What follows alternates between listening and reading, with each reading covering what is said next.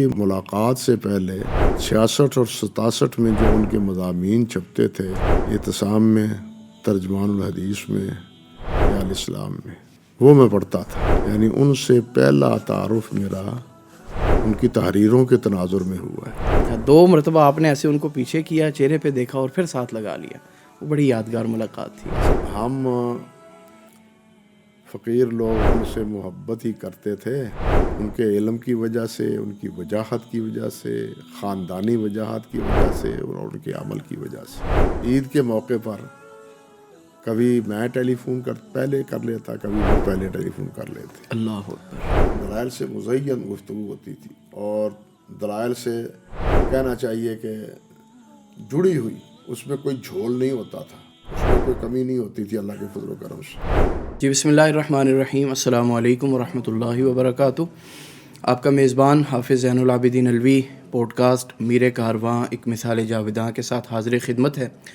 احباب گرامی، عالم اسلام کی عبقری شخصیت شیخ الاسلام پروفیسر ساجد میر رحمہ اللہ رحمتاً واسعہ، ان کے حوالے سے ہم یہ پوڈ کاسٹ کرتے ہیں. آج اسٹوڈیوز میں جو ہستی تشریف لائی ہیں ہماری دعوت پر، جناب محدث العصر فضیلت الشیخ مولانا ارشاد الحق اثری حفظہ اللہ ورعاہ، جو ہمارے لیے نمونہ ہیں اور ہمارے بزرگ ہیں. ان کی یہ بڑی ذرا نوازی ہے کہ وہ آج کے اس پوڈ کاسٹ میں ہمارے پاس تشریف لائے. اللہ تعالیٰ انہیں جزائے خیر دے. آئیے آپ کو ان سے ملواتے ہیں. السلام علیکم ورحمۃ اللہ. وعلیکم السلام ورحمۃ اللہ وبرکاتہ. شیخ محترم، کیا حال ہے؟ ٹھیک ٹھاک؟ جی اللہ کا کرم ہے، اللہ کا شکر ہے. آپ سنائیں؟ الحمدللہ، اللہ کا بڑا احسان. اللہ آپ کو جزائے خیر دے. آپ مصروفیات اور حالت کے باوجود تشریف لائے، لیکن جو موضوع ہے نا اس کا تقاضا ہے کہ یہاں حاضری دی جاتی. اللہ اکبر کبیرہ. بس وہ یہ ہم ہلکی پھلکے انداز میں باتیں کرتے ہیں. امیر محترم پروفیسر ساجد میر رحمہ اللہ کے حوالے سے مطلب اس میں باتیں ہوتی ہیں. یہ پوچھنا چاہوں گا کہ آپ کا ان کے ساتھ ابتدائی تعلق کیسے بنا، ابتدائی ملاقات کیسے ہوئی اور ان کی شخصیت کا کیا اثر آپ نے دیکھا؟ عرض یہ ہے کہ یہ اب یقین سے تو میں کوئی نہیں کہہ سکتا کہ کس سن میں ان سے ملاقات کی ابتدا ہوئی ہے. البتہ یہ بات ضرور ہے کہ ان کی ملاقات سے پہلے 66 اور 67 میں جو ان کے مضامین چھپتے تھے، اعتصام میں، ترجمان الحدیث میں یا الاسلام میں، وہ میں پڑھتا تھا. اچھا، ماشاء اللہ. یعنی ان سے پہلا تعارف میرا ان کی تحریروں کے تناظر میں ہوا ہے. اچھا. پھر تقریباً 1973 میں جب جامعہ محمدیہ گوجرانوالہ میں مرکزی مجلس شورا کا اجلاس ہوا، جس اجلاس میں حضرت سید بدیع الدین شاہ صاحب راشدی رحمہ اللہ ونور اللہ قبرہ، آمین، ان کو امیر بنایا گیا، اور حضرت میر صاحب رحمۃ اللہ علیہ ونور اللہ مرقدہ ان کو ناظم اعلیٰ منتخب کیا گیا. اچھا، 73 میں. ہاں جی. تو اس وقت سے حضرت کے ساتھ علیق سلیق کا باقاعدہ آغاز ہوا. صحیح.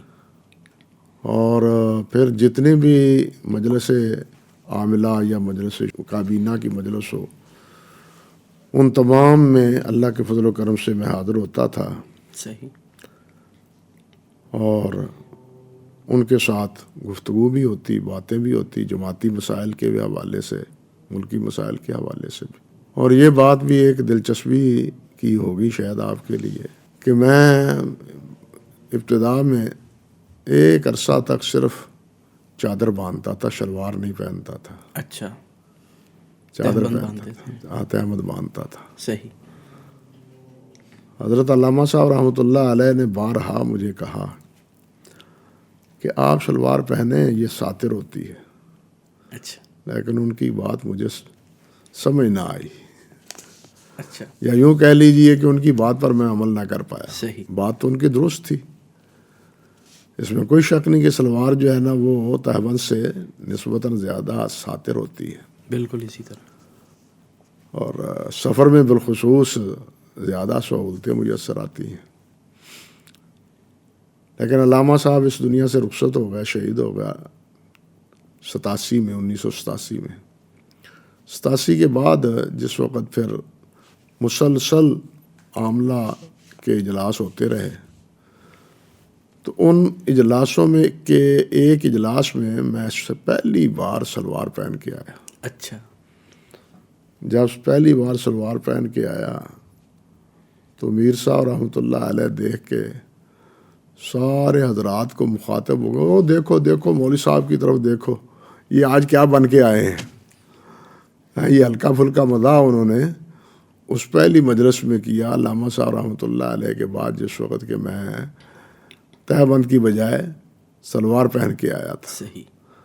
تو یہ ان سے گویا کہنا چاہیے کہ جب وہ ناظم بنے، اور ناظم بننے کے بعد پھر یہ بھی آپ کے علم میں کہ 1992 میں تقریباً تو پھر وہ امیر ہی بنے نا اللہ کے فضل و کرم سے، اور 92 سے لے کے تا حیات بالکل وہ اسی منصب پر فیض رہے۔ ماشاءاللہ۔ اور میں باقی رفقا کے ساتھ الحمدللہ ان کی کابینہ کا بھی اور ان کی عاملہ کا بھی اور شورا کا تو رکن رہا ہی ہوں ہر دور میں اللہ کے فضل و کرم سے، بلکہ یہ ان کی میرے ساتھ شفقت اور عنایت تھی کہ 2-3 دفعہ میں شورا کے اجلاس میں جو انتخابی اجلاس ہوتا تھا، میں اس انتخابی اجلاس میں اپنے بعض عوارض کی وجہ سے حاضر نہ ہو سکا، اچھا، لیکن اس کے باوجود انہوں نے مجھے اپنی کابینہ میں شامل رکھا۔ ماشاءاللہ۔ یہ ان کی شفقت تھی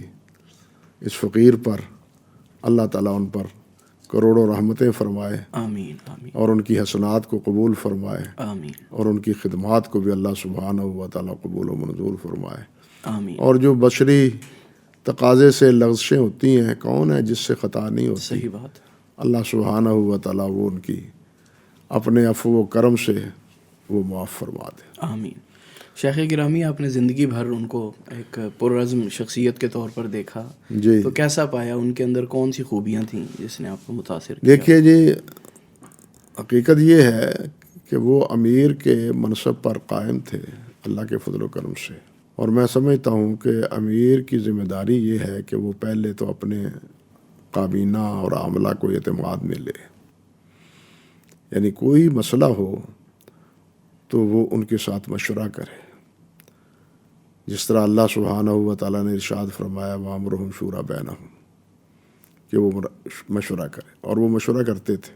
بالکل ٹھیک۔ ملکی سطح پر بھی ہو، جماعتی سطح پر بھی ہو، تو وہ مشورہ کرتے تھے، اور پھر مشورے کے بعد وہ اس آیت کے بالکل آئینہ دار تھے جس میں اللہ سبحانہ و تعالیٰ نے فرمایا ہے وَإِذَا عَزَمْتَ فَتَوَكَّلْ عَلَى اللَّهِ، ماشاءاللہ۔ جب آپ کسی فیصلے میں عزم کر لیں تو پھر حالات ناگوار ہوں یا گوار ہوں، اس کی پرواہ کیے بغیر اللہ پر توکل کرتے ہوئے وہ کام کر گزرے۔ بالکل۔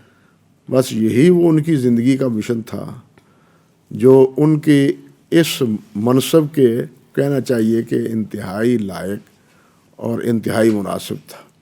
بلکہ میں کہنا چاہتا ہوں کہ ہر امیر کے لیے یہ بات ہونی چاہیے صحیح۔ کہ وہ مشورے کے بعد، یہ اللہ کا فیصلہ ہے، اور اللہ ذوالجلال والاکرام نے یہ بات اپنے حبیب حضرت محمد رسول اللہ صلی اللہ علیہ وسلم سے فرمائی ہے۔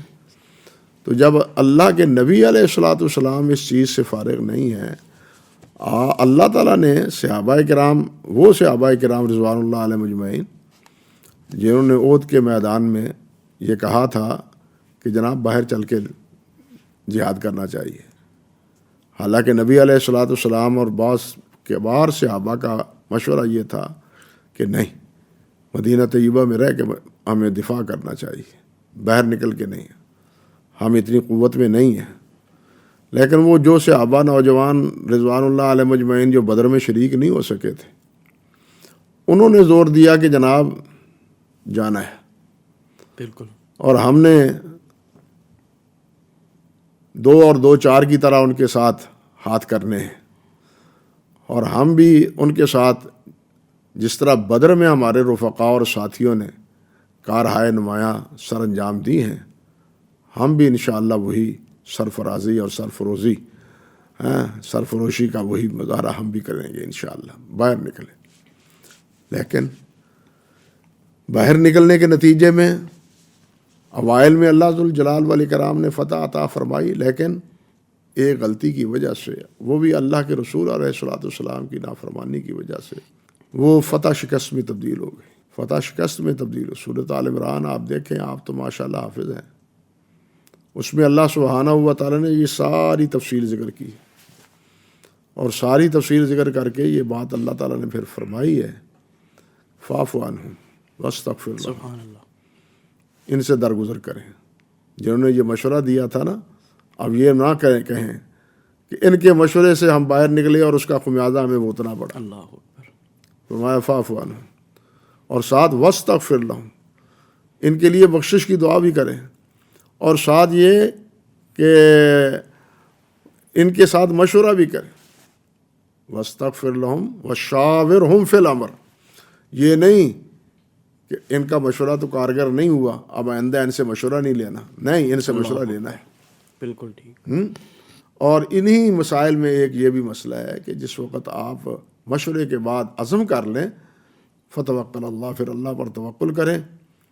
ہر کام کا انجام تو اللہ سبحانہ و تعالیٰ کے اختیار میں ہے۔ بے شک، کام لڑائی ہو یا دوسرا کوئی اور میدان ہو، اس میں کامیابی اور کامرانی وہ اللہ سبحانہ و تعالیٰ کی طرف سے ہوتی ہے، بے شک، نہ وہ اسلحہ کی بنیاد پر ہوتی ہے، نہ افراد کی بنیاد پر ہوتی ہے۔ تاریخ اسلام اس بات کی گواہ ہے کہ کفار کے مقابلے میں آج تک کوئی میدان ایسا نہیں جس میں مسلمان کثرت میں ہوں۔ صرف ایک موقع تھا، غزوہ حنین کا، اور وہ کثرت ان کو لے ڈوبی، خود قرآن نے بتلایا۔ بالکل، اور اللہ نے بتلایا کہ کثرت پر تم نہیں جیتتے، میری مدد اور میرے تعاون سے تم جیتتے۔ سبحان اللہ، بے شک، اس لیے مسلمان کی کامیابی اور کامرانی کا جو اول و آخر راز ہے وہ اللہ سبحانہ و تعالیٰ پر توکل، اللہ پر ایمان، اللہ کی اطاعت، اللہ کی فرمانبرداری۔ بالکل، اللہ نے صاف فرمایا ان تنصر اللہ ینصرکم، اگر تم اللہ کے بن جاؤ گے اللہ تمہارے بن جائے گا۔ سبحان اللہ، بالکل، پھر ہر میدان میں اللہ سبحانہ و تعالیٰ تمہیں کامیابیوں اور کامرانیوں سے نوازے گی۔ بالکل ٹھیک، اور ہمارے اسلام کی تاریخ، صحابہ کرام رضوان اللہ علیہ مجمعین کا تاریخ اس بات کی آئینہ دار ہے، خیر القرون کی تاریخ اس بات کی آئینہ دار ہے۔ تو بہرحال حضرت امیر صاحب ہمارے رحمۃ اللہ علیہ، ان میں بھی یہی خوبی تھی کہ وہ پہلے تو اپنے ساتھیوں سے مشورہ کرتے، اور پھر جس نتیجے پر پہنچتے پھر اس پر ڈٹ جاتے، بالکل ٹھیک، حالات موافق ہوں یا حالات ناموافق ہوں، فیصلہ ساز، بالکل ٹھیک، اور اس فیصلے پر قائم رہتے، پھر اس میں کوئی تردد یا کوئی عزم ہلال ان میں نہیں ہوتا تھا۔ بالکل ٹھیک، بڑے زندگی میں مشکل مقامات آئے ہیں۔ شیخ جمیل جس وقت شہید ہوئے ہیں رحمۃ اللہ علیہ، آپ کو تو وہ دور پتہ ہی نہیں، معلوم ہی نہیں ہے۔ نہیں، وہ اس وقت احتجاجی دور پر ہم نے یہاں کیا نام ہے لاہور میں موچی دروازے کانفرنس کی تھی، نواز شریف کا اس وقت بھی دور تھا۔ صحیح، اس وقت بھی انہوں نے کہا تھا کہ جناب ہم فورس دیتے ہیں تمہاری حفاظت کے لیے۔ امیر صاحب نے کہا تھا کہ اگر ہمارے نوجوان ہماری حفاظت نہیں کر سکتے تو تمہارے بھی نہیں کریں گے۔ اللہ اکبر، ہاں، حضرت مولانا عبداللہ صاحب نے بھی اور حضرت امیر صاحب نے گورنمنٹ کی معاونت لینے سے انہوں نے انکار کر دیا تھا۔ انہوں نے کہا ہم اللہ کے سہارے پر یہ پروگرام کر رہے ہیں، اللہ ہماری مدد کرے۔ اللہ اکبر کبیر، تو یہی ان کی یعنی خوبی تھی، اور یہی ان کی خوبی تھی ہر معاملے میں۔ ویسے انسان تھے، کسی وقت اختلاف رائے ہو جانا کوئی بڑی بات نہیں ہے، اختلاف ہوتا تھا، لیکن اختلاف برائے مخالفت یہ کبھی نہیں ہوا۔ اللہ اکبر، بالکل ٹھیک۔ شیخ، وہ جس طرح بھی آپ نے فرمایا کہ 73 میں پیر بدیع الدین شاہ صاحب کے ساتھ وہ ناظم آئے، اور پھر علامہ صاحب کی شہادت کے بعد تسلسل کے ساتھ وہ ناظم اور امیر رہے، تو ظاہر ہے خوبیاں ہوں گی ایسی کہ شورا نے ان کے اوپر اعتماد کیا اور بے مثال قائد بنایا۔ تو نجی اور سیاسی اور مذہبی جماعتی معاملات کچھ ایسے ہوتے ہیں جو قریبیوں کو معلوم ہوتے ہیں۔ کون سی یعنی ایسی ان کی سیاسی اسٹریٹجی تھی یا ان کے اندر کوالٹی تھی کہ اللہ تعالیٰ نے انہیں یہ عظمت عطا کی؟ اصل بات یہ ہے کہ وہ اللہ سبحانہ و تعالیٰ نے انہیں بہت علم و فضل سے نوازا تھا، اور آپ جانتے ہیں میں نے تو ایک دفعہ کہا بھی تھا نجی مجلس میں کہ جتنی ان کی اسانید ہیں اور جتنے ان کے اعزازات ہیں، ان کی جتنی اسانید ہیں اور جتنے ان کے اعزازات ہیں، ان کی اگر اس طرح ایک لائن بڑھا دی جائے نا، وہ ہمارے قد سے بھی اونچی ہے۔ اللہ اکبر، اسی طرح یعنی علم و فضل میں وہ یہ تھے، صحیح بات، ہیں۔ اور پھر باہر کی زندگی بھی انہوں نے دیکھی، نائجیریا میں 8-10 باہر سال کی رہے۔ دنیا بھی 8-10 سال وہاں رہے، اس سے بھی ان کو تجربات حاصل ہوئے۔ اور علم کے ساتھ ساتھ وہ تو ایسے گھرانے کے فرد تھے کہ جس گھرانے کا علم و فضل پورے بر صغیر میں جو ہے نا وہ تسلیم مسلمہ شدہ تھا۔ اللہ اکبر، اسی طرح حضرت مولانا ابراہیم سیالکوٹی رحمۃ اللہ علیہ بالکل کون ہے جو بر صغیر میں ان کی عظمت اور ان کے نام سے واقف نہیں ہے؟ صحیح بات، سب حضرات ان سے آگاہ ہیں اور واقف۔ تو بہرحال یہ ساری خوبیاں ان میں جمع تھی، خاندانی بھی، علم بھی، اور علم کے ساتھ عمل بھی، اللہ اکبر، صحیح علم بات، کے ساتھ عمل بھی، مضبوط روحانیات مضبوط روحانی بھی تعلق تھا ان کا اور علمی بھی تعلق تھا۔ اور صحیح یہی دونوں خوبیاں علم و عمل کی وہ ان کی کامیابی کا جو ہے نا وہ راز تھا اور زینہ تھا۔ صحیح بات ہے شیخ۔ 2017 میں فیصل آباد ایک پروگرام میں ان کے ساتھ تھا، پروگرام سے فارغ ہوئے رات تقریباً 11:30 بجے، تو میں نے ان کے گاڑی میں بیٹھنے سے پہلے آپ کے بڑے صاحبزادے جو میرے دوست بھی ہیں عبید الرحمن بھائی، ان سے رابطہ کر لیا تھا کہ شیخ سے ملاقات کرنی ہے۔ تو گاڑی میں بیٹھ کے میں نے انہیں کہا حضرت اسری صاحب بیمار ہیں، ان کے گھر چلتے ہیں۔ کہنے لگے رات دے اس وقت انہوں نے تنگ کر کے کی لینا تو میں نے کہا نہیں، ملاقات ہو جائے گی، میں نے رابطہ کر لیا۔ جس وقت وہ آپ کے پاس آئے اور جس انداز میں آپ نے ان کو تب معانقہ کیا، جفا ڈالا، وہ بڑا تاریخی تھا۔ 2 مرتبہ آپ نے ایسے ان کو پیچھے کیا، چہرے پہ دیکھا اور پھر ساتھ لگا لیا، وہ بڑی یادگار ملاقات تھی۔ اصل میں بات یہ ہے کہ ہم فقیر لوگ ان سے محبت ہی کرتے تھے، ان کے علم کی وجہ سے، ان کی وجاہت کی وجہ سے، خاندانی وجاہت کی وجہ سے اور ان کے عمل کی وجہ سے، وہ بھی آپ سے بڑی محبت کرتے اور بلا شبہ وہ محبت کرتے تھے۔ بلکہ ہر عید کے موقع پر کبھی میں ٹیلی فون پہلے کر لیتا، کبھی وہ پہلے ٹیلی فون کر لیتے، اللہ اکبر، کبھی سبقت وہ لے جاتے اور کبھی میں سبقت لے جاتا۔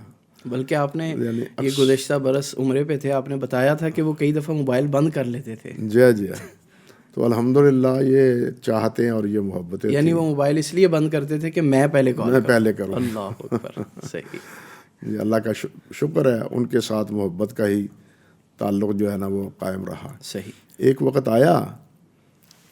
آیا ہے جب سرگودے کی کانفرنس ہوئی تھی، اچھا 2004 میں، 2004 میں غالباً 4 یا 5، یہ تو مجھے یاد نہیں۔ اس وقت میں بھی اس کانفرنس کی بائیکاٹ کرنے والوں میں سے تھا۔ اچھا، اللہ اکبر کبیرہ۔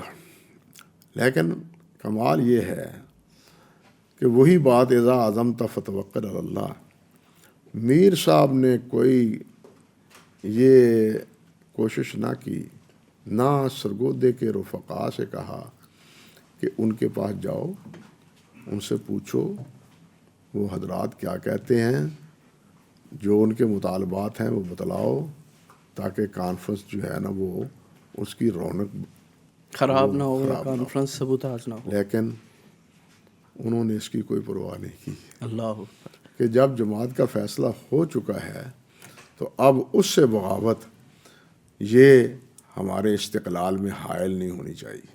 اللہ اکبر، صحیح، یہ تھی ان کی استقامت۔ ہم تو اس کو قبیدہ خاطر ہو کے سمجھتے تھے کہ جناب یہ بڑی بات ہے جو انہوں نے رجوع ہی نہیں کیا، ہماری طرف التفات ہی نہیں کیا، ہمیں دوسرے لفظوں میں پلے ہی نہیں باندھا ہیں۔ لیکن میں یہ سمجھتا ہوں کہ یہ ان کی یہ بھی ایک عظمت تھی، صحیح بات، اور اسی حکم کی فرمانبرداری تھی کہ اذا عزمت فتوکل علی اللہ۔ اللہ اکبر، جب آپ نے ارادہ کر ہی لیا، اور یہ ارادہ باقاعدہ عاملہ میں، کابینہ میں، شورا میں طے شدہ ہے، تو پھر اب اس کے بعد اختلاف چہ معنی دارت۔ صحیح بات، لیکن اس کے بعد کی بات آپ صاحب عجیب ہے، وہ بھی آپ سن ہی لیں ذرا۔ اس کانفرنس کے بعد آپ سیالکوٹ کے ہیں، آپ کو معلوم ہے حاجی نذیر صاحب تھے رحمۃ اللہ علیہ. جناح اسٹیڈیم والے. جی بڑے مخیر آدمی تھے. جی بڑے مخیر آدمی تھے. اللہ تعالیٰ ان کی ان کی قبر جنت کا باغیچہ بنائے. اور واقعتاً وہ بڑے سخی تھے. اکیلے تنہا بندے نے وہ مسجد صحیح بنائی بات ہے. اور اس کا انتظام انصرام بھی اس نے کیا. آپ جانتے ہیں سب. بالکل. اس کانفرنس کے بعد کانفرنس ہوئی وہاں. اچھا. ادھر ہی جناح اسٹیڈیم والی مسجد میں. ہاں ان کی مسجد میں ہوئی. محمدی اور مسجد. میری صدارت میں ہوئی. اچھا. باقاعدہ اشتہار چھپے. سب علماء کرام وہاں پہنچے. میں نے کہا حاجی صاحب امیر صاحب کو بلایا. تو وہ آپ کی بولی تو مجھے بولنی نہیں آتی سیال کوٹی. تو وہ اس زبان میں کہنے لگے ہاں میں گیا تھا, میں نے منت کی تھی, آپ وہ نہیں مانے. اچھا. میں نے کہا آپ اس طرح کریں, آپ ہمارے ساتھ اب چلیں. صحیح. ہم اکٹھے چلتے ہیں اور میر صاحب کو لاتے ہیں. یار یہ کیا ہوا, ان کے شہر میں کانفرنس ہو رہی ہو اور وہ یہاں غیر موجود ہو. اللہ. یہ کیسے ہو سکتا ہے. ہم اس کو پسند نہیں کرتے, ہمارے ساتھ چلے. وہ بھی اپنے مزاج کے آدمی تھے.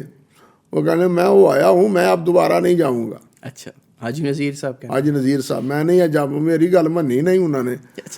جس طرح آپ بات کیا کرتے ہیں میری بات منی نہیں انہوں نے. میں ہوں کے میں جاواں انہوں کو. میں نے کہا حاجی صاحب اگر آپ نہیں جاتے تو ہم کانفرنس پر گفتگو نہیں کرتے, ہم تقریر نہیں کریں گے. اللہ اکبر. امیر صاحب کو لے کے آئے. جب تک آپ امیر صاحب کو ہمارے ساتھ چل کے نہیں لاتے. انہوں نے کہا نہ کرو. میں بھی حافظ عبدالعزیز, اپنے جنگ کے مولانا عبدالعلیم یزدانی, میاں جمیل صاحب اور بھی 3-4 ساتھی, ہم سب نے واپسی کا عزم کیا. صحیح. اور واپسی پر ہم نے ٹیلی فون بھی کیا امیر صاحب. اچھا.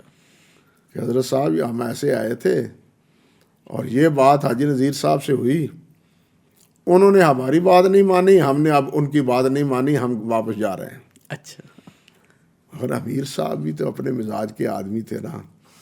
اب انہوں نے یہ بھی نہ سوچا کہ یہ آئے ہیں اور میری وجہ سے وہاں سے بغاوت کر کے نکلے ہیں, تو میں ان سے کہوں کہ آؤ چائے کا ایک کپ پیتے چلو, ملتے ہی چلے جاؤ. یہ بھی انہوں نے کہنا گوارا نہ کیا. اچھا. یعنی وہ اس قدر ناراض تھے, یوں سمجھنا چاہیے کہ یہ آئے ہی کیوں ہیں. اچھا. صحیح. دوسرے لفظوں میں وہ یہ سمجھتے تھے کہ یہ آئے ہی کیوں ہیں. صحیح. مجھے نظر انداز کر کے. بات بھی بن وجہ ٹھیک تھی کہ امیر جہاں اگر شہر میں موجود ہے اور ان کو بلایا ہی نہیں جاتا, اشتہار پر ان کا نام بھی نہیں لکھا جاتا, دعوت بھی نہیں دیتی جاتی, اور وہ آنے کے لیے آمادہ بھی نہیں ہے, تو پھر ہمارا کیا حق پہنچتا ہے. صحیح بات ہے. انہی کے جماعت کے افراد کو ان بلانا. کے جماعت کے ارکان ہو کے, افراد ہو کے ہم جناب ان کے جلسے کو سجائیں, پھر ہمارے مزاج نے یہ گوارا نہ کیا. اللہ اکبر. تو بہرحال یہ نشیب و افراد آتا رہا, لیکن آپس میں باہم محبت, تعلق, پیار الحمدللہ بدستور قائم رہا. اس میں کوئی انقطاع نہیں آیا. اسفار بھی آپ کے کئی ہوئے ملک میں یا بیرون ملک امیر صاحب کے ساتھ؟ اندرون ملک تو جانے آنے کا اتفاق نہیں ہوا. بیرون ملک ایک دفعہ اکٹھے ہم ہو گئے تھے اتفاق سے. اچھا. وہاں آپ جانتے ہیں برطانیہ میں کانفرنس ہوتی ہے. جی جی. برمنگم میں مرکزی جمعیت وہاں کانفرنس سالانہ کرواتی ہے. تو اچانک میرے پاس ڈاکٹر صہیب حسن صاحب حافظہ اللہ جی جی کا ٹیلی فون آیا. اچھا. کہ یہاں کانفرنس ہو رہی ہے, آپ آ سکتے ہیں. میں نے کہا میں تو آ سکتا ہوں بشرطے کہ کوئی معنی نہ ہو. بالکل. فرمان لگے نہیں کوئی معنی نہیں ہوتا, بس آپ وہ اسلام آباد جائیں اور میرے بھائی سے ملیں اور اس کے بعد آپ جائیں. صحیح. تو آپ کو ویزا مل جائے گا. ٹھیک. قصہ مختصر میں اسلام آباد گیا اور الحمدللہ ویزا مل گیا. بالکل ٹھیک. میں چلا گیا. صحیح. اب لندن ہی میں پہلا پروگرام تھا. حضرت میر صاحب وہاں تشریف فرما تھے, اسٹیج پر تشریف فرما تھے, اور میں بھی ان کے ساتھ ایک جانب بیٹھا ہوا تھا. اب اتفاق کی بات یہ ہے کہ سامنے ایک مولانا صاحب کھڑے ہیں, وہ میر صاحب سے باتیں کرتے ہیں. اچھا. میر صاحب پوچھتے ہیں ان کو جانتے ہو؟ میں نے کہا نہیں جی میں نہیں جانتا. ان کو نہیں جانتے؟ میں نے کہا نہیں جی یہ کون صاحب ہیں؟ فرمانے لگے یہ وہ مولانا ثناء اللہ سیالکوٹی ہیں. اچھا وہ لدڑ والے. وہ لدڑ والے. صحیح. میں نے کہا اچھا. وہ پھر میں کھڑا, ان کو بھی وہ بھی مجھے نہ پہچان سکے. صحیح. کیونکہ سن 68 سے میں وہاں نکلا جامعہ اسلامیہ سے, اس کے بعد ان کے ساتھ کوئی ملاقات نہ. رابطہ منقطع ہو. تقریباً 11-12 سال کے بعد یہ پہلی دفعہ ایک دم. اس وقت وہ بے ریش تھے اور میرے اس وقت تھوڑے تھوڑے بال آئے ہوئے تھے. صحیح. بعد میں ماشاءاللہ وہ مولانا صاحب ہوئے اللہ کے فضل و کرم سے. تو ہم بغل گیر ہوئے, ملاقات ہوئی, ملے بھی ہم اللہ کے فضل و کرم سے. تو اس طرح پہلی ملاقات وہاں ہوئی. اب ان کے بیٹے ہیں ماشاءاللہ سمیع اللہ صاحب اور دوسرے ساتھی, وہ اللہ ان کو جزائے خیر عطا فرمائے. وہ اپنے والد کے ساتھ ہماری جو نسبت محبت تھی وہ جامعہ اسلامیہ کے حوالے سے وہ بدستور نبھا رہے ہیں. بالکل. اور وہ بھی والد صاحب کے کہنے کے مطابق. آپ تشریف بھی لایا کرتے ہیں 2-3 دفعہ اکثر. وہاں جانے کا ان کی چاہتوں کی وجہ سے. میں بھی, حافظ محمد شریف صاحب بھی, صحیح, اور حافظ مسعود عالم صاحب بھی حافظہم اللہ, میں ان کے ساتھ ان کے. بلکہ آخری سال جب تھا مولانا ثناء اللہ صاحب نے اپنے کانفرنس رکھی, جلسہ رکھا گاؤں میں. اب کا لدڑ تو اس لدڑ سے بہت جی بالکل, کا فرق. شہر سے بھی دور تھا تو شہر کے ساتھ اتر کے ٹانگوں پر جانا پڑتا تھا. صحیح. ہاں ٹانگوں پہ گئے تھے ہم. صحیح. اب تو وہ نہیں. تو وہ لمبی بات ہے کہ سندھ کے دورے سے میں واپس آیا تھا, تو واپس آ کے ان کے پروگرام میں شامل ہو کے پھر میں گھر گیا. اللہ اکبر. اچھا اس سے محبت تھی ماشاءاللہ. مولانا ثناء اللہ صاحب رحمۃ اللہ بالکل علیہ ٹھیک. سے. اس کے بعد برمنگم میں بھی پروگرام ہوا. صحیح. اور بریڈ فورڈ میں بھی پروگرام ہوا. یعنی لندن میں جو آپ اکٹھے ہوئے. ہاں لندن میں بھی پہلے میری بات گفتگو, بعد میں امیر صاحب کی. صحیح. بریڈ فورڈ میں بھی. پھر اس کے بعد ایک اور جگہ بھی, وہ نام یاد نہیں. راستے میں جاتے ہوئے مجھے کہنے لگے مجھے یہ بتلاؤ, تم نے مجھے پریشان کیا 2 موقعوں پر. اچھا. تو انہوں نے مجھے پریشان کیا ہے, جو میں پہلے سوچ لیتا ہوں وہی تم تقریر کر لیتے ہو. اچھا. مجھے پریشان کر دیتے ہو, پتہ نہیں تیرے پاس علم کون سا ہے کہ تمہیں پتہ چل جاتا ہے کہ میں نے کیا کہنا ہے. اللہ. میں نے کہا جی میرے پاس کوئی علم نہیں ہے, میں تو خود پہلے سے ہی سوچ کے آیا تھا. نہیں, میں یہ سمجھتا ہوں کہ اللہ تعالیٰ نے آپ کو جو علمی وقار عطا کیا اس کا مطلب امیر محترم بھی اسی لیول کے تھے. تو بہرحال الحمدللہ اس طرح. پھر برمنگم میں ساتھیوں نے ایک وہاں غاریں ہیں 1.5-2 میل کی مسافت پر برمنگم سے. غاریں ہیں پہاڑ کے اندر. صحیح. وہاں صحت کا انہوں نے پروگرام بنایا. ٹھیک. اور واقعتاً جو لندن جائے نا ان غاروں کو واقعی دیکھنا چاہیے. وہ قدرتی مناظر بڑے ہی عجیب و غریب ہیں. صحیح. وہاں ایک جگہ اللہ اکبر شیشے لگے ہوئے ہیں. صحیح. ایک جگہ شیشے آدمی پہاڑ نظر آتا ہے. اچھا. اور ایک جگہ وہ آدمی نہیں, وہ اتنا بچونگڑا سا نظر آتا ہے. صحیح. صحیح. اب میر صاحب وہاں اتنے کھلے اور اتنے کہنا چاہیے مورست اور اتنی اپنائیت کہ جناب ان شیشوں کے آگے سامنے کھڑے ہوں اور خوب مسکرائیں بھی, اور دوسروں کے ساتھ کے بھی بلا کے وہاں جو ہے نا دکھائیں کہ یہ دیکھو یہ کیا بن رہا ہے. صحیح. کیا دیکھ رہا ہے. اس طرح وہ سفر الحمدللہ بحر کا ہوا ان کے ساتھ. صحیح. سیاحت کا ذوق واقعی وہ رکھتے تھے. ابھی آپ نے فرمایا 2004 کی کانفرنس کے موقع پر تھوڑا سا اختلاف ہوا, تو اس میں پھر دوبارہ اظہار محبت کیسا ہوا؟ اس کے بعد دیکھیے جی اختلاف رائے اور ہوتا ہے جی. اختلاف رائے کو مخالفت بلانے نا اس میں کوئی عقل مندی نہیں ہے. بالکل ٹھیک. اور اسی کو بندھن میں باندھ دینا یہ جماعتی زندگی کی منافی ہے. بالکل ٹھیک. بات سمجھے نا. بالکل ٹھیک. ہاں ایک موقف تھا, انہوں نے نہیں مانا, ٹھیک ہے, کیا ہوا پھر اسی طرح. بالکل ٹھیک. ذاتی زندگی میں پروفیسر صاحب رحمہ اللہ بڑے اللہ کے قریب تھے. بڑی ان کی عبادت, ریاضت, نماز, قرآن کی تلاوت, اذکار وہ بہت زیادہ تھا. اس کے حوالے سے بھی کوئی تذکرہ فرمائیں. ان کے ذکر و اذکار کی بات ہو قرآن مجید کی تلاوت کی بات ہو، یہ تو تواتر کے ساتھ باتیں جو ہے نا منقول ہیں. بالکل. جنہوں نے ان کے ساتھ سفر کیا ہے وہ بھی، اور جو ان کے ساتھ بیٹھے اٹھے ہیں وہ بھی. اور صحیح بات یہ ہے کہ قرآن مجید اگر یاد کیا ہے نا انہوں نے، تو پھر قرآن مجید کے یاد کرنے کا حق بھی ادا کیا ہے. صحیح بات ہے. اس کا حق بھی ادا کیا ہے. جب سے قرآن مجید یاد کیا اس وقت سے لے کے آخری رمضان المبارک تک انہوں نے قرآن مجید میں جو نماز تراویح جو ہے نا وہ نہیں چھوڑی. اور حیران کن بات یہ ہوتی تھی، ہم دیکھتے تھے شعبان کے آخری ایام ہیں، تو آخری ایام میں سعودیہ میں، بالکل آخری ایام میں سعودیہ میں، اور پھر ایک دو دن کے بعد دیکھتے ہیں سیالکوٹ میں. صحیح بات ہے. مسجد میں تراویح پڑھا رہے ہیں. بلکہ میں نے ایک دو دفعہ ٹیلی فون کر کے بھی پوچھا، میں کہا آپ کب تشریف لائے؟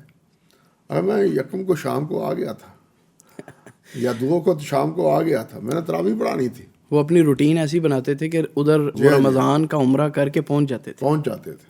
بلکہ مجھے شیخ ابو التراب حافظ اللہ نے بتلایا کہ ایک دفعہ ہم غالباً شاہ سلیمان سے وقت لے چکے تھے ملاقات کا. بالکل اسی طرح بات یاد آ گئی ہے. یاد ہے آپ کو؟ جی. ہم نے وقت لے رکھا تھا. میر صاحب سے کہا جی آپ 2 دن ٹھہر جائیں، ان سے ملاقات کا وقت لیا ہوا ہے. وہ غالباً 5-6 رمضان کا میلہ تھا. تو میر صاحب کہنے لگے آپ نے مجھ سے وقت لیا تھا، میں نے جا کے قرآن سنانا ہے. اللہ. انہوں نے ملاقات چھوڑ دی، کوئی پرواہ نہیں کی، قرآن مجید کے ساتھ وفا کیا. اللہ. اس سے بڑھ کے اور کیا نیکی کی دلیل ہوگی. اور پھر بعد میں چونکہ انہوں نے ٹائم دیا ہوا تھا، انہوں نے پھر تحقیق کروائی. وہ جو سعودی بادشاہ تھے یا جو بھی بڑے ذمہ دار تھے جن سے ملاقات طے ہوئی، شیخ ابو تراب سب بتاتے ہیں کہ انہوں نے بعد میں تحقیق کروائی کہ ملاقات کیوں نہیں کی اس وقت نے شیخ ساجد میر کے. ان کو پھر بتایا کہ اس وجہ سے انہوں نے ملاقات جی اس لیے ان کی یہ نیکی اور ان کی یہ قرآن مجید سے محبت سفر و حضر میں. صحیح بات ہے. یہ تو ان کی طبیعت ثانیہ بنی ہوئی تھی اللہ کے فضل و کرم سے. شیخ محترم، ان کی جو کتاب ہے عیسائیت، بڑے لوگ ہیں جس طرح وہ عبدالوارث گل ہیں مشہور ایکٹیوسٹ اور نوجوان، انہوں نے اسی جگہ پیغام میں ہی پوڈ کاسٹ میں بتایا تھا کہ میں ان کی کتاب پڑھ کے مسلمان ہوا تھا. اسی طرح اور بھی 750 یا پتہ نہیں 7,500 فگر میں تھوڑا سا مس کر رہا ہوں کہ اتنے افراد نے ان کی کتاب کو پڑھ کر اسلام قبول کیا. اس کے بارے میں آپ کی کیا رائے ہے الحمدللہ کتاب کے حوالے سے؟ یہ رائے تو آپ نے خود ہی دے دی، اب مجھ سے کیا پوچھتے؟ علمی رائے. یہ تو ایک عوامی رائے ہے نا کہ بھائی لوگوں نے اس سے اسلام. علمی رائے تو بلا شبہ ایسی ہے کہ اس موضوع پر جتنی بھی کتابیں لکھی گئی ہیں نا وہ جزوی ہیں بعض طور پر. صحیح. حضرت مولانا ثناء اللہ صاحب کی رحمۃ اللہ علیہ کی کتابیں ہوں یا دوسرے علماء کرام کی کتابیں، وہ ایک ایک موضوع کے بارے میں. بالکل ٹھیک. وہ ایک ایک موضوع کے بارے میں. مثال کے طور پر قرآن مجید اور تورات کا یا انجیل کا تقابل، یا نبی علیہ الصلوۃ والسلام کے فضائل اور مناقب تورات اور انجیل میں، یا قرآن مجید کی عدم تعریف اور تورات اور انجیل میں تعریف. یہ علیحدہ علیحدہ کتابیں ہیں ہمارے بر صغیر کے علماء نے یہاں لکھی. بالکل. یہ علیحدہ علیحدہ عناوین ہیں، لیکن اللہ تعالیٰ کروڑہ رحمتیں فرمائے حضرت میر صاحب نے یہ اپنے مضبوط قلم سے ان تمام مضامین کو ایک جلد میں سما دیا ہے. اللہ اکبر.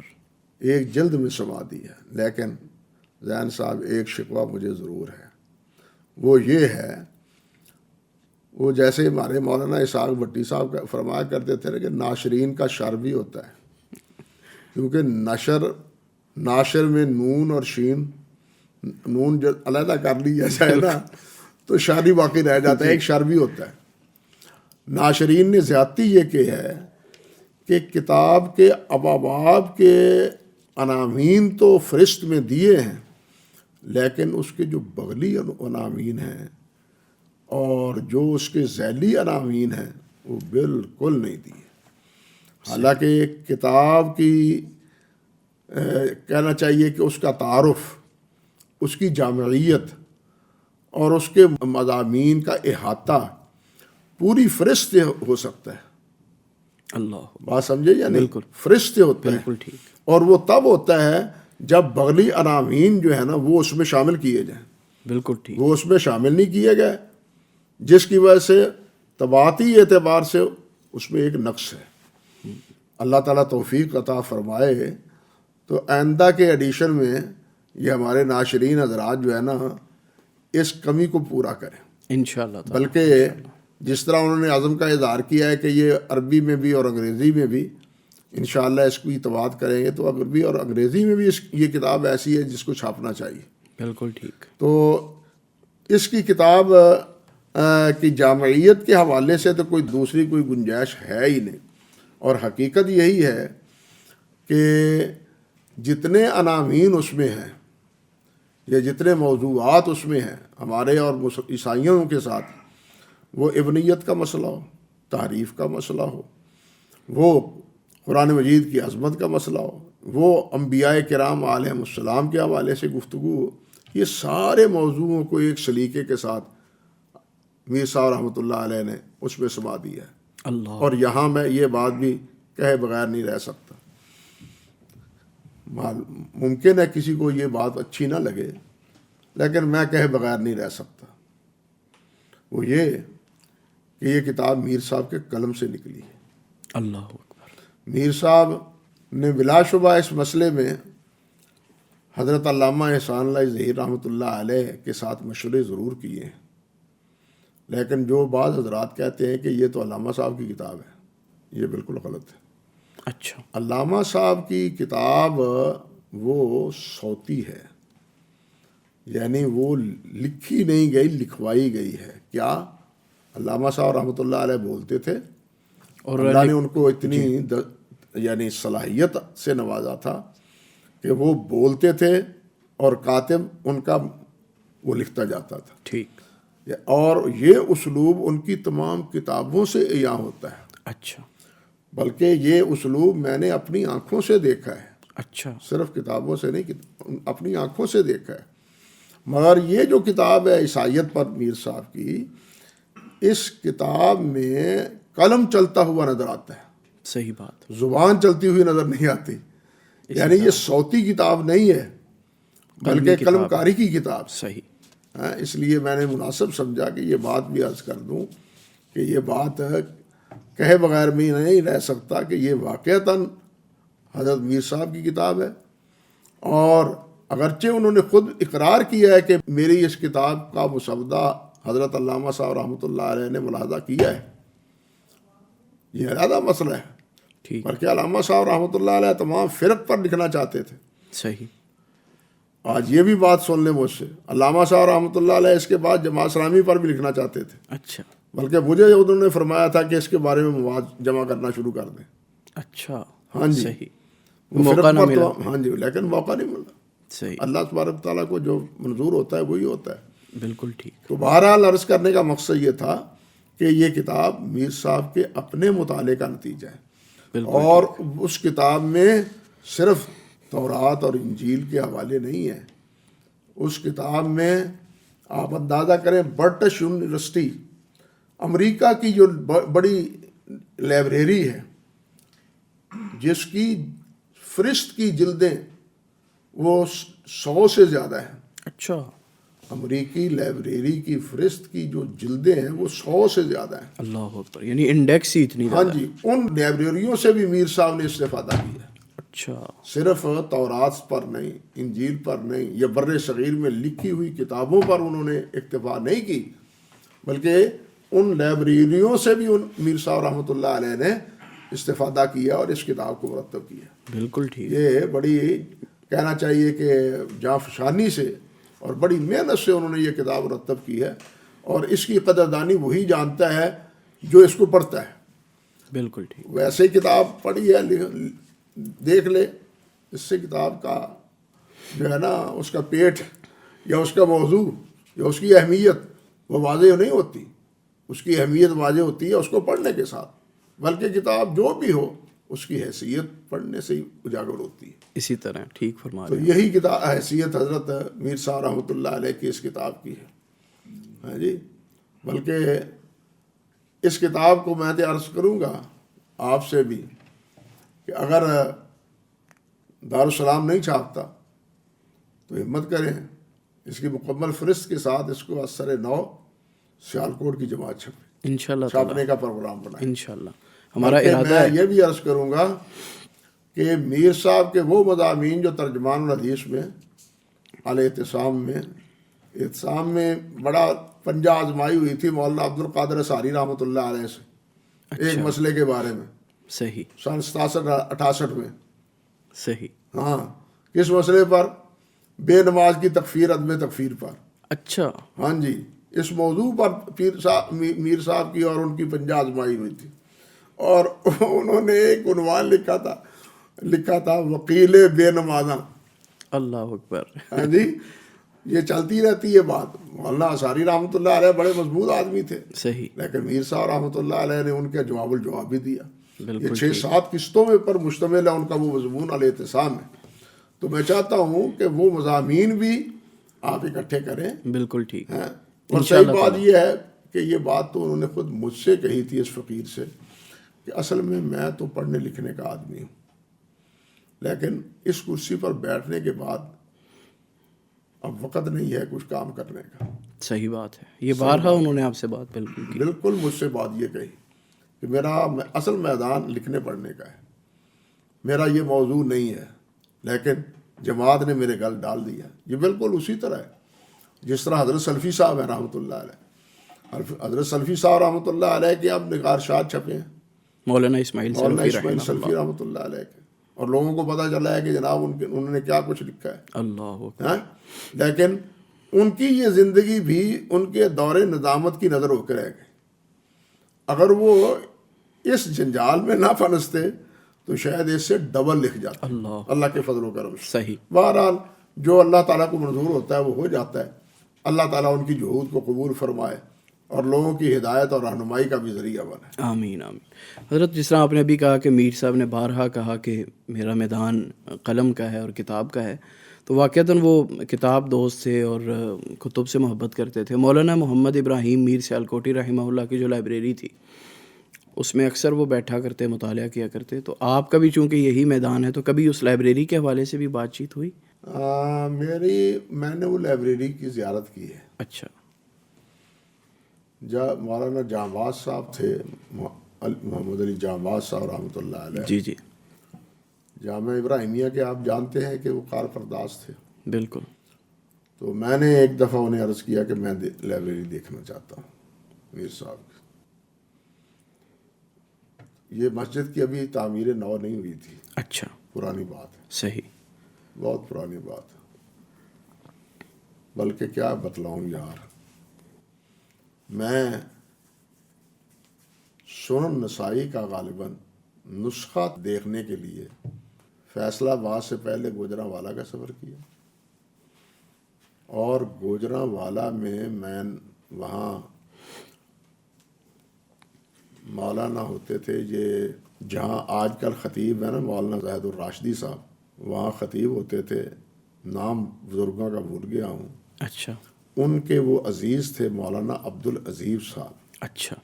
مولانا عبد العزیز صاحب صحیح. یہ بہت فاضل آدمی تھے. انہوں نے فہرست بنائی ہے صحیح بخاری کی. اچھا. پرانی لائبریری تھی. صحیح. تو میں ان کے پاس بھی مولانا سلفی صاحب کے مکتبے میں گیا، کیونکہ مولانا سلفی رحمۃ اللہ علیہ کے جو صاحبزادے تھے حکیم کیا نام تھا، محمود سلفی محمود صاحب، جی جی، وہ ہمارے ساتھ اکٹھے سبق پڑھتے تھے. اچھا. جامعہ اسلامیہ میں.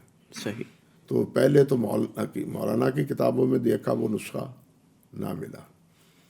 پھر اس لائبریری میں گیا، انہوں نے جو جتنے نسخے تھے 2-3 سنن نسائی کے وہ نکال کے لائے، نہ ملا. پھر میں نے جناب سیالکوٹ کا سفر کیا. صحیح. سیالکوٹ مولانا سے ملا، مولانا جانباز صاحب سے. میں نے کہا کہ اس غرض سے آیا ہوں، مجھے لائبریری دکھائیں. اچھا. تو پھر وہاں بھی یہ نسخہ تلاش کیا جس کا حوالہ اصل میں دیا گیا تھا نصب و رایا کے حاشیے میں. اچھا. وہ پرانی طباعت ہے، لیکن افسوس کہ میر صاحب کے مکتبے میں بھی وہ نسخہ مجھے نظر نہ آیا. اللہ. اس وقت میں حضرت میر صاحب رحمۃ اللہ علیہ کے مکتبے کی میں نے زیارت کی اور وہ بالکونی بھی دیکھی جہاں سے وہ نیچے دیکھ رہے تھے، اور کچھ باتیں مشہور ہیں جو نہیں کہنی چاہیے. بہرحال وہاں ایک کنواں بھی ہے نیچے زیر زمین کمرہ بنا ہوا ہے جہاں وہ بیٹھ کے مطالعہ کیا کرتے گرمی کی وجہ سے، جی جی بالکل، یہ گرمی کی وجہ سے. بالکل. دوسری بات یہ ہے کہ میر صاحب کے بارے میں تو میں نے پہلے بھی جس وقت مرکزی جمعیت الحدیث نے یہ چھاپی ہے اشاعت القرآن، اس وقت حضرت میر صاحب سے عرض کیا تھا. اچھا. میں نے کہا حضرت یہ اشاعت القرآن پر اکتفا نہیں ہونا چاہیے، تسلسل ہونا چاہیے، بلکہ میر صاحب کی جو جتنے رسائل ہیں، مثال کے طور پر قادیانیوں کے میں، مثال کے طور پر عیسائیوں کے، مثال کے طور آریہ کے رد میں، یعنی علیحدہ علیحدہ فرق پر جو ان کے علیحدہ علیحدہ یعنی اجزاء میں ان رسائل کو جمع کر دیا جائے. اللہ اکبر. بالکل. اور اگر جو تفسیر ہے ان کی تفسیر الرحمن، سبحان اللہ، اگرچہ وہ 3 جلدیں ہیں، 3 حصے ہیں، 3 حصے ہیں، ساتھ وہ تفسیر الحمدللہ سورۃ فاتحہ کی بھی چھاپ دی تھی جی، علیحدہ علیحدہ کچھ تفاسیر تھی، لیکن 3 جلدوں میں علیحدہ ہے. وہ پہلے چھاپی تھی مولانا عبدالمجید سودروی رحمۃ اللہ علیہ نے، وہ شاگرد تھے نا مولانا کے، صحیح، انہوں نے چھاپی تھی. ہاں جی، تو ان کے اس کے بارے میں نے عرض کیا تھا کہ وہ اثر نو چھاپنی چاہیے، تاکہ آپ تو یہ کام کر جائیں گے تو ہو جائے گا، بعد میں کوئی نہیں کرے گا.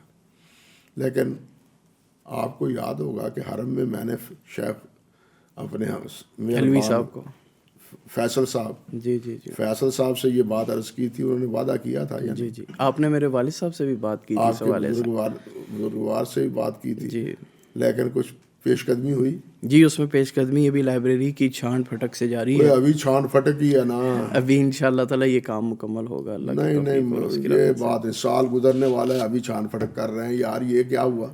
ابھی تک تو کوئی کام نہ سامنے آنا چاہیے تھا، لوگوں کو پتہ چل جاتا کہ یہاں ہل جل شروع ہو چکی ہے اللہ کے فضل و کرم سے، اور یہ کام پورا کر کے چھوڑیں گے انشاءاللہ الرحمن. یہ کام ہوگا آپ کی سرپرستی میں، اللہ کی توفیق سے. میری سرپرستی کیا ہے؟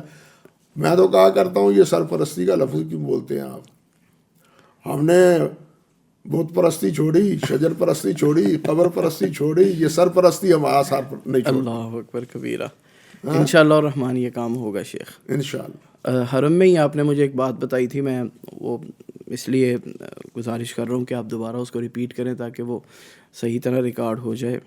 عیدین کے موقع پر آپ اور میر صاحب جو فون ایک دوسرے کو باہمی محبت سے کرتے تھے، ذرا اس کو ڈیٹیل سے بتائیں. ابھی آپ نے اختصار سے ذکر کیا لیکن نہیں، ڈیٹیل سے کیا، اصل میں یہ باتیں ہیں زین بھائی ہوتی ہیں محبت کی. بالکل ٹھیک. محبت کے جو رشتے ہوتے ہیں نا، وہ زیادہ دیر گفتگو کے جو ہے نا، ادب کا تعلق جہاں ہو اور ساتھ محبت ہو، جہاں صرف محبت ہو وہاں طول پکڑ جاتی ہے بالکل بات سمجھ لیں. جی جی. اور جہاں ادب کے ساتھ ساتھ محبت کے ساتھ ساتھ ادب کا بھی رشتہ ہو، وہاں بات طول نہیں پکڑتی، وہاں بات ادب کے دائرے میں ہی رہتی ہے. صحیح بات. اور ادب کے دائرے میں ہی رہنی چاہیے، تاکہ کوئی ایسی بات زبان سے نہ نکل جائے جو ان کے شایان شان نہ ہو. صحیح بات سمجھے نا؟ جی بالکل. آپ تو اس کو سمجھتے ہیں، لیکن میں جو سمجھتا ہوں وہ یہی سمجھتا ہوں بالکل کہ ادب جب تک نہ ہو، بلکہ سچی بات تو یہ ہے کہ ہمارا دین ہمیں سکھاتا ہی ادب ہے. حافظ ابن قیم رحمۃ اللہ علیہ، ان کا ایک جملہ ہے مدارج السالکین میں، وہ فرماتے ہیں الدین کلہ ادب. اللہ اکبر. کہ دین اسلام سب کے سب ادب کا ادب ہے. ادب باللہ، ادب بالرسول، ادب بالصحابہ، ادب بالاولیاء، ادب بالعلماء، ادب بالاکابر، ادب بالوالدین، ادب بالاصحاب. اللہ اکبر. یہ سارا دین ہی ادب کا ہے سراپا.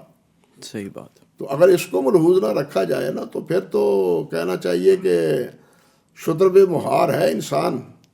اسی طرح ہاں، شتر بے مہار ہے، پھر ادب نہیں ہے. ادب پہلا کرینہ ہے محبت کے کرینوں میں. صحیح. تو میں تو اس چیز کو ملحوظ رکھتے ہوئے بات زیادہ نہیں کرتا تھا، ان سے ادب کرتے ہوئے. صحیح، بالکل ٹھیک. اچھا باقاعدگی سے یہ سال ہر سال سے سلسلہ جاری تھا؟ سال سے الحمدللہ. لیکن سال کے دوران بھی جب کہیں کوئی ضرورت پیش آتی، کوئی بات آتی تو ٹیلی فون کر لیتے تھے. بالکل. بلکہ ایک دفعہ یہ بھی ہوا، آپ دیکھیں، پھر میری والدہ کا انتقال ہوا تو ان کا خط انہوں نے لکھا. اچھا. ان کے انتقال پر. بلکہ جب علیحدہ جمعیت بنی ہے نا تو اس وقت علیحدہ بڑی کھینچا تانی تھی. اچھا. ایسی کھینچا تانی تھی کہ ہم نے ادھر نہیں جانا، ان کے ساتھ ان کے اسٹیج پر نہیں جانا. صحیح. اتفاق کی بات یہ ہوئی کہ جامعہ سلفیہ میں پروگرام ہوا، میں وہاں چلا گیا. جامعہ محمدیہ ملتان میں پروگرام ہوا، وہ پرانا تعلق تھا ان کے ساتھ، میں وہاں چلا گیا. اچھا. دفتر سے میر صاحب کا خط چلا گیا کہ یہ نظم جماعت کے خلاف آپ نے کیا ہے، کیوں کیا ہے؟ اچھا. صحیح. اس کا جواب دیں. ٹھیک. لیکن آخری دور میں وہ اس موقف سے ہٹ گئے تھے، کہتے تھے کھڑکی کھلی رہنی چاہیے. بالکل ٹھیک ہے. ٹھیک ہے یا نہیں؟ بالکل ٹھیک ہے. آخری دور میں وہ فرماتے تھے کہ نہیں بھائی، کھڑکی کھلی رہنی چاہیے، بالکل بند نہیں کرنی چاہیے، دروازے بند نہیں کرنے چاہیے. صحیح بات. مل بیٹھنے کی گنجائش چھوڑنی چاہیے. صحیح. آخری دور میں پھر وہ اسی حقیقت کو تسلیم کر گئے تھے. صحیح بات ہے. اسی طرح ہوتا تھا. حضرت امیر محترم کی زندگی جماعت کے لیے بڑا سرمایہ تھی. کوئی شک نہیں. تو اس دنیا سے وہ تشریف لے گئے، جماعت کا بڑا نقصان ہوا. آج کے نوجوان کو ان کی زندگی سے کیا سیکھنا چاہیے، بالخصوص جماعتی لوگوں کو؟ بھائی آج کے نوجوان کو ان سے یہی سیکھنا چاہیے، ایک تو علم اور ایک عمل. علم اور عمل سے ہی زندگی بنتی ہے. اللہ. قرآن مجید میں تنہا علم کا ذکر نہیں ہے. صحیح بات. اور تنہا عمل کا نہیں. صحیح بات. بلکہ امام بخاری نے بعد بھی باندھا یہی ہے کہ پہلے علم ہے، بعد میں عمل ہے. قرآن نے بھی یہی کہا ہے، فَاعْلَمْ أَنَّهُ لَا إِلَٰهَ إِلَّا اللَّهُ. یہ بات بڑی غور طلب ہے. فَاعْلَمْ، اور یہ بات سورۃ محمد میں کہی جا رہی ہے، مدینہ طیبہ، جبکہ مکہ مکرمہ میں 13 سال یہی لا الہ الا اللہ کی تعلیم دیتے رہے ہیں. صحیح بات. تو یہ ہمیں سمجھایا گیا ہے کہ پہلے یہ سیکھو کہ لا الہ الا اللہ کیا ہے، لا الہ الا اللہ محمد رسول اللہ کیا ہے. تو پہلے علم ہے، بالکل. اس کے ساتھ علم کے ساتھ پھر عمل ہے. عمل واقعی ان کا بہت زیادہ. اور بلکہ یہ سمجھیں، بات سمجھ لیں کہ بھائی علم بلا عمل اس کے ڈانڈے یہودیت سے ملتے ہیں. اللہ اکبر. اور عمل بلا علم اس کے ڈانڈے نصرانیت سے اور رہبانیت سے ملتے ہیں. اللہ اکبر. اسلام علم اور عمل دونوں کی ترغیب دیتا ہے. علم اور عمل دونوں کی ترغیب دیتا ہے. صحیح. پہلے سیکھو پھر آگے سکھاؤ. بالکل اسی طرح. پہلے حاصل کرو پھر اس پر عمل کرو. امیر محترم کی زندگی میں جو تقاریر ہوتی تھیں، خطبات ہوتے تھے اور مختلف فورمز پر ان کی گفتگو ہوتی تھی، وہ بڑی معتدل ہوتی تھی. یعنی وہ ایکسٹریمسٹ نہیں تھے، ہر چیز کے اندر توازن رکھتے تھے اور لوگ بھی اس سے بڑا استفادہ کرتے تھے. سینٹ میں اور دیگر مقامات پر جب وہ گفتگو کرتے تھے، اعتدال ان کی زندگی میں تھا، گفتگو میں بھی، علم میں بھی. بالکل اعتدال بالکل تھا. اور جچی تلی بات کرتے تھے. دلائل سے مزین گفتگو ہوتی تھی، اور دلائل سے کہنا چاہیے کہ جڑی ہوئی، اس میں کوئی جھول نہیں ہوتا تھا، اس میں کوئی کمی نہیں ہوتی تھی اللہ کے فضل و کرم سے. اسی طرح علم کی کوئی کمی تو تھی نہیں. بالکل ٹھیک ہے. اللہ نے بہت کچھ نواز رکھا تھا. اس لیے ان کے جتنے خطبات تھے، یا خطبات کے نام پہ ہمارے پیغام ٹی وی نے ماشاءاللہ بہت اچھا کام کیا. بالکل. اور بڑے پیارے عناوین ہیں اس میں، بہت اچھے اچھے عناوین ہیں. میں تو سمجھتا ہوں کہ ہمارے خطبات رات کو ان خطبات سے اپنے خطبات کو مزین کرنا چاہیے. صحیح بات ہے. نہ کہ ہمارے اندر جو آج کا رواج آ چکا ہے شعر و شاعری کا، وہ نہیں. شعر و شاعری ما علمنا الشعر وما ينبغي له، یہ تو انبیاء کا مشن ہی نہیں. بالکل ٹھیک. لیکن آج المیہ یہ ہے کہ ہماری تقریروں کا مرکز و محور وہ شعر و شاعری ہو کے رہ گیا ہے. بالکل اسی طرح. یہ نہیں ہونا چاہیے. ہمارے مولانا محمد رفیق صاحب مدن پوری رحمۃ اللہ علیہ وہ فرمایا کرتے تھے، ایک جملہ کہا کرتے تھے، فرمایا کرتے تھے کہ اپنی تقاریر کو دلائل سے سجاؤ، بالکل ٹھیک، اپنی تقاریر کو دلائل سے سجاؤ، اشعار سے نہ سجاؤ۔ بہت زبردست نصیحت ہے یہ، جی ہاں، صحیح بات، لیکن کون سنتا ہے؟ مصیبت یہ ہے کہ اس میڈیا نے ہمارے کانوں کا جو ہے نا وہ تلذذ اور سرور وہی بدل دیا ہے۔ علمی بات تو کوئی سننے کے لیے تیار ہی نہیں ہے، صحیح بات، المیہ یہ ہے۔ بالکل اسی طرح۔ مولانا محمد یوسف انور صاحب اسی جگہ پر تشریف فرما تھے، گزشتہ دنوں آئے وہ بھی۔ اچھا، انہوں نے ایک بات بتائی میر صاحب کی علمیت کے حوالے سے کہ جب پہلی مرتبہ وہ سینٹ کے اجلاس میں شریک ہوئے، وسیم سجاد صاحب تھے غالباً چیئرمین سینٹ، تو معاشیات کے اوپر گفتگو چل رہی تھی بڑے حساس موضوع پہ، تو میر صاحب محترم نے بار بار ہاتھ کھڑا کر کے گفتگو کرنے کی اجازت چاہی تو وہ بار بار بٹھا دیتے تھے کہ بھائی اس مولوی کو کیا پتہ۔ آخر جب میر صاحب نے اصرار کیا تو انہوں نے اجازت دی۔ فرمانے لگے کہ میر صاحب نے اس موقع پر معاشیات کے موضوع پر تاریخ ساز تقریر کی اور انگریزی میں کی۔ وہ حیران رہ گئے، اس کے بعد انہوں نے میر صاحب کو ایزی نہیں لیا۔ جی ہاں، جی ہاں، بلکہ مشرف دور کی جتنی تقاریر تھی اہل حدیث میں آتی رہی ہیں، بالکل، وہ تقاریر بھی جو ہے نا ان کے تقاریر میں شامل ہونی چاہیے۔ بالکل ٹھیک، وہ تاریخی بھی ہیں اور علمی بھی ہیں، بالکل ٹھیک۔ اس میں کیا شک ہے؟ اللہ تعالیٰ ان کی مغفرت کرے، آمین۔ اللہ تعالیٰ آپ کو ان کے جزائے خیر درجات دے، بلند فرمائے، آمین اللہ آمین ان کی مساعی کو قبول فرمائے۔ آمین اور جو بشری تقاضے کس انسان سے نہیں ہے، کل بنی آدم خطاء، ہر انسان آدم کا بیٹا جو ہے نا وہ خطا کار ہے، خطا ہو جاتی ہے، اس سے انسان ہے، بھول چوک بھی ہو جاتی ہے۔ ہم یہی دعا کرتے ہیں ربنا اغفر لنا ولاخواننا الذین سبقونا بالایمان، جی بالکل، اور ساتھ یہ بھی لا تؤاخذنا ان نسینا او اخطانا، آمین یا رب، لا تؤاخذنا ان نسینا واخطانا۔ ہم سے اگر کوئی خطا ہوئی ہے یا نسیان ہوا ہے تو مولا کریم اس کو معاف فرما دے، آمین یا رب، ہمیں بھی معاف فرما، ہمارے بڑے بزرگوں کو بھی معاف فرما۔ آمین یا رب۔ شیخ آپ کا بہت شکریہ، آپ نے پوڈ کاسٹ کے لیے وقت نکالا۔ باتیں تو ذہن میں آتی جا رہی ہیں لیکن وقت کا دامن بھی سمٹ رہا ہے، آپ کا بے حد شکریہ۔ ناظرین، یہ تھی آج کی پوڈ کاسٹ میر کارواں ایک مثال جاوداں، جس میں آپ نے حضرت شیخ اصری صاحب حفظہ اللہ کی باتیں سنی، انہوں نے ہماری رہنمائی بھی کی، امیر محترم کی شخصیت کے حوالے سے بھی بہت سی ایسی باتیں بتائیں جو شاید عام عوام کے علم میں نہیں تھیں۔ اللہ تعالیٰ حضرت کو جزائے خیر دے، اور میں بالخصوص اپنے بھائی عبید الرحمن اصری صاحب کا بھی شکریہ ادا کرتا ہوں جنہوں نے ہماری اس دعوت کو قبول کیا۔ میں نے ان سے ریکویسٹ کی اور ان کی وساطت سے حضرت کا یہ وقت مل سکا۔ آپ کا بے حد شکریہ، ملاقات ہوگی پھر، اللہ حافظ و ناصر۔